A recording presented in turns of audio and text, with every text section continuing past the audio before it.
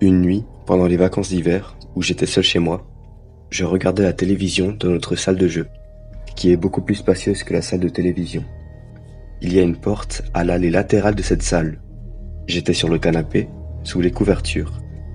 Je commençais légèrement à fatiguer devant le film, alors que mes yeux se refermaient petit à petit, je me rendis compte que la lumière de détection du porche s'était allumée. Je baissais légèrement le volume de la télé, afin de discerner le moindre son pouvant venir de là-bas. J'ai attendu pendant quelques minutes. Je me suis finalement décidé à me lever pour aller jeter un coup d'œil par le store à peine ouvert. Il est évident que je n'avais aucun moyen d'éteindre la lumière automatique. Celle-ci restait allumée pendant quelques minutes.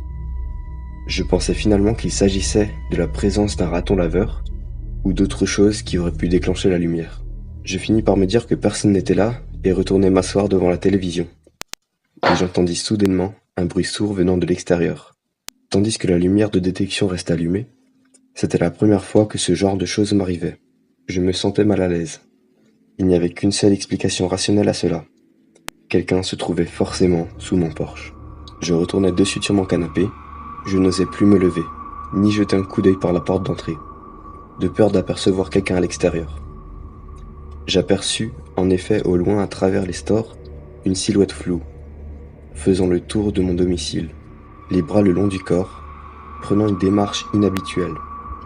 À ce stade, j'étais terrorisé.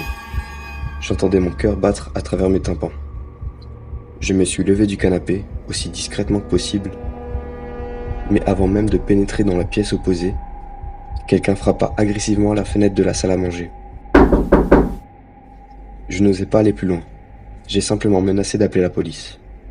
La personne se trouvant à l'extérieur de la maison s'est arrêtée d'un coup. Je regardais discrètement au travers des stores. Mon cœur s'arrêta net. Je vis la silhouette d'une vieille femme de l'autre côté de la porte. Je finis par garder mon calme, mais elle commença à hurler comme si on lui arrachait un membre, en frappant de ses deux mains à la porte vitrée.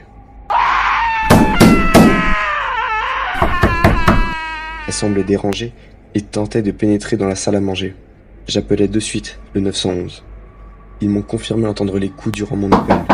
Ils m'ont conseillé de patienter dans une pièce sécurisée et d'utiliser une arme si nécessaire. Ma pire des peurs s'est réalisée lorsque j'entendis la fenêtre du salon se briser juste à côté de moi.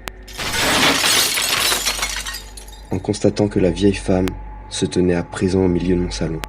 Elle me repéra en quelques secondes et fonça vers moi.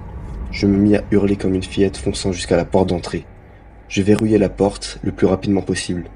La vieille femme commença à frapper depuis l'intérieur. J'entendis un grand coup sur la porte d'entrée opposée.